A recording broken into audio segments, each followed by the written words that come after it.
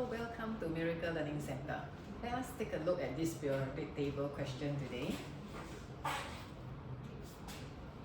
Using the apparatus shown, fluorine is passed through the tube. So we have fluorine gas over here. And it's passed through potassium chloride and potassium bromide. So what happens when fluorine is passed through potassium chloride? So we have fluorine passing through potassium chloride.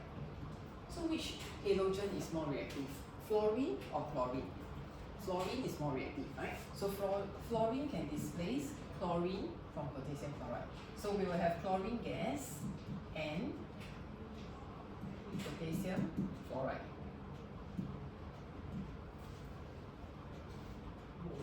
Okay, so chlorine gas will be X. Okay, so X is chlorine gas, which is a yellow green gas.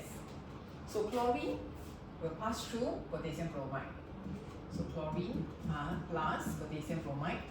So is chlorine more reactive or bromine more reactive? Chlorine is more reactive, right? So chlorine can displace bromine. So we will have bromine and potassium chloride.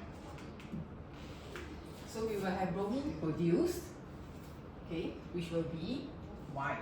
So Y collected is bromine, which is near the heat, so it should be a vapor, brown vapor, but here is slightly further away from the heat, so it will condense to become a liquid. So the answer is A. Okay, thank you for joining us today.